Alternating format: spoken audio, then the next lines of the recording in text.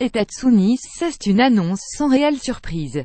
Ce jeudi 2 novembre, Donald Trump a choisi Jerome Powell, collaborateur de l'ancienne présidente Janet Yellen, pour lui succéder à la tête de la Banque centrale américaine, plus connue sous le nom de la Fed.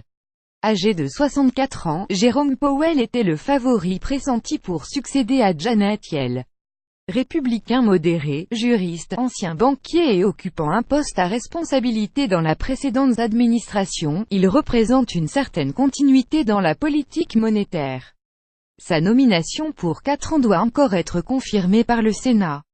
Il est fort, il est déterminé, il est intelligent, a déclaré Donald Trump en annonçant cette nomination à la Maison-Blanche.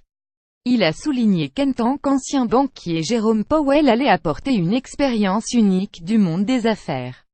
Il apportera à notre gouvernement une perspective du monde réel, a ajouté Donald Trump qui a aussi loué le travail de la présidente sortante Janet Yellen.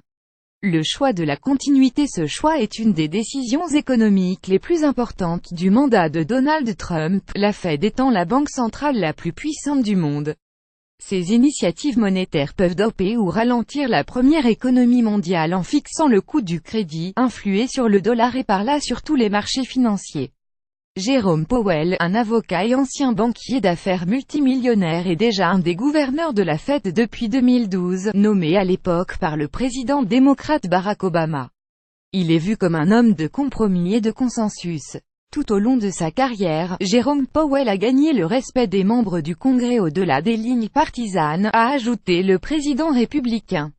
Jerome Powell a toujours suivi Janet Yellen dans ses décisions monétaires et symbolise une continuité rassurante pour les marchés, tout en permettant à Donald Trump de marquer de sceau la direction de la Banque centrale en choisissant un républicain. Janet Yellen, 71 ans, une démocrate nommée par Barack Obama en 2014, aura été la première femme à avoir jamais dirigé l'institution monétaire.